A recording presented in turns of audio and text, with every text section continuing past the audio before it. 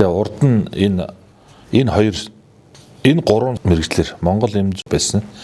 Одоо өргөжээр энэ жилээс эдийн засгийн менежмент гэсэн гурван мэрэгжил нэмж орж ирж байгаа. Тэгэхээр 6 мэрэгжил сургая гэж байгаа. Хот хөдөө хувийн болон төрийн сургуулиудын хооронд асар их ялгаа үүссэн. Боловсролын салбар өөрөө нийгмийн ялгаатай байдлыг үүсгдэг болсон энэ цаг үед санхүүгийн боломжтой, эрх мэдэлтэй, танил талтай мэдээлэлд ойрхон нь давуу байдлаар суралцдаг бус. Хүүхэд бүрдэд тэгш гараанаас суралцах нөхцөлийг бүрдүүлэх, хүн бүрд чанартай боловсрол эзэмших боломж олгох, боловсролын чанарын ялгааг арилгаж дэлхийн түвшинд суралцах өрсөлдөх чадвартай ирээдүйн боловсон хүчнүүдийг бэлтгэх нь өнөөгийн төр засгийнхны нэн тэргүүний зорилт юм аа. Энэ үднээс төвийн бүсээ сонгогдсон улсын хурлын гишүүн Ажуулдвар Эрдэс баялагын сайдд Сэвэгдоржийн Туван, улсын хурлын гишүүн Сүхбаатрин Эрдэнэболд, Далайн Батбаяр нарын гишүүд хамтран өөрсдийн байгуулсан сангаар дамжуулж боловсрол эрүүл мэндийн салбарт хөрөнгө оруулалт хийхээр зорж байна. Дараагийн агсан түвшний боловсрол эзэмших эхлэх гэж байгаа энэ залуучуудаа илүү анхаарч энэ залуучуудаа илүү хөрөнгө оруулах юм бол одоо хөгжил гардаг юм байна гэдэг нэлээд олон номнууд энэ хөгжлийн хандлагыг судалж байгаа судлаачид бол нэлээд анхаарсан мэт юм л шүү дээ. Анх энэ одоо боловсролыг дэмжих, эрүүл мэндийг дэмжих Туван сан гэдгийг санаачлах болсон учраас яг энэ одоо Батбаяр гишүүний ярьж байгаачлан ерөөсөө бүх юмны эхлэл боловсрол дээр байна. Одоо нэгдүгürt нь ерөөсөө газар зүүн байрлалаасаа болдгоо юм байна.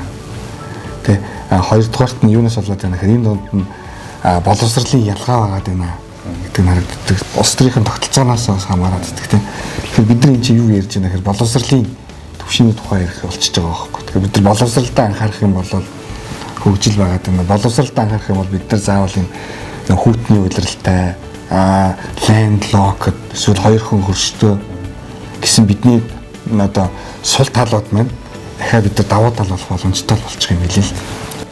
Нэг хүүхэд ерөнхий боловсролоо эзэмшээд яг одоо бакалаврын боловсрол эзэмшигтээ маш сайн чанартай зөв боловсрол эзэмшчихвэл тэр хүүхдийн одоо амьдралд насан туршийн одоо хоригдол болж байгаа. Тэгэхээр энд нь тусдын болох үүднээс энэ одоо боловсролыг дэмжих хөтөлбөрийг анх санаачилсан. Тэр нь боловсролын асуудал гэдэг чинь өөрөө хүний эрхийн том асуудал. Ялангуяа одоо Улаанбаатар хотод 700 мянган хүүхэд 1-12 дугаар ангиас сурч байна.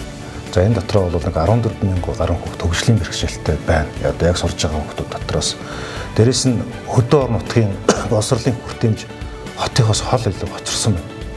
Тэгээд энэ утгаараа бол нөгөө ирээдүйд энэ нөгөө сайн сайхан нийгэмд амьдран, шударга нийгэмд амьдрна гэдэг чинь бүр нөгөө хууль шүүхөд тулгаасаа өмнө зүгээр л энэ боловсролын чанарын ялгааг л байхгүй болох ёстой гэсэн. 2004 оноос Туван сан, Эрдэнэболд сан хамтарч 40 хүүхдэд боловсролын тэтгэлгийг олоод байгаа бөгөөд энэ жилээс Туван сан, Эрдэнэболд сан, Далайн Батбаяр сан хамтарч төвийн бүсийн хүрээнд үйл ажиллагаагаа өргөжүүлж дунд сургуулаа төгсөж байгаа хүүхдүүдэд дээд боловсрол эзэмших боломжийг олгох, санхүүгийн хүндрэлгүйгээр суралцах нөхцөлийг бүрдүүлэх үүднээс Төв, Сэлэнг, Дархан уул аймгийн 100 хүүхдэд сургалтын тэтгэлгийн дэмжлэг үзүүлэх ажлыг зохион байгуулж байгаа юм. За миний би 2008 оноос эхлэн боловсрол эрүүл мэндийг дэмжих чиглэлээр залуучуудтайгаа хамтран Туван санг үүсгэн байгуулсан. За энэ цаг үеэс хойш эрүүл мэндийн чиглэлээр нутгийн одоо ард иргэдэд эрүүл мэндийн үзлэгт хамруулах. За мөн одоо Төв аймгийн сурагчдаа ихтэй сургууль сурахад нь дэмжлэг болох үүднээс сургалтын одоо тэтгэлгийг зарлж явуулж ирсэн. За өнөөдрийн байдлаар одоо 300 гаруй хүүхэд бас энэ одоо сангийн тэтгэлэгт маань хамрагдаад явж байгаа. За мөн одоо гадны дотны гадаадын олон одоо ихтэй сургуулиуд руу аплай хийж эхнээсээ бас нэлээд хүүхдүүд маань суралцж байна. Өвөр Монголын үндэсний их сургуульд эрүүл мэндийн мөн одоо бусад чиглэлээр 10 гаруй хүүхэд бүрэн тэтгэлэгт хөтөлбөрт хамрагдаад сурч байгаа гэдгийг бас энд хэлэхэд таатай байна. Та бүхэнд Сэвэгдоржийн Туван сан, Далайн Батбаяр сан, Сүхбаатрин Эрдэнэболд сангаас хамтран хэрэгжүүлж байгаа боловсролын хөтөлбөрийг танилцуулж байгаамаа. Далайн Батбаяр сан маань мөн энэ тэтгэлэг энэ хөтөлбөрт бас элсэж орж байна. Ингээд 2025-аас 2026 жилийн жилд шинээр элсэн орж байгаа төвийн бүсийн оюутнуудаа нийт 100 оюутныг шалгаруулан тэтгэмж олгохоор шийдсэн хөтөлбөр эхэлж байна.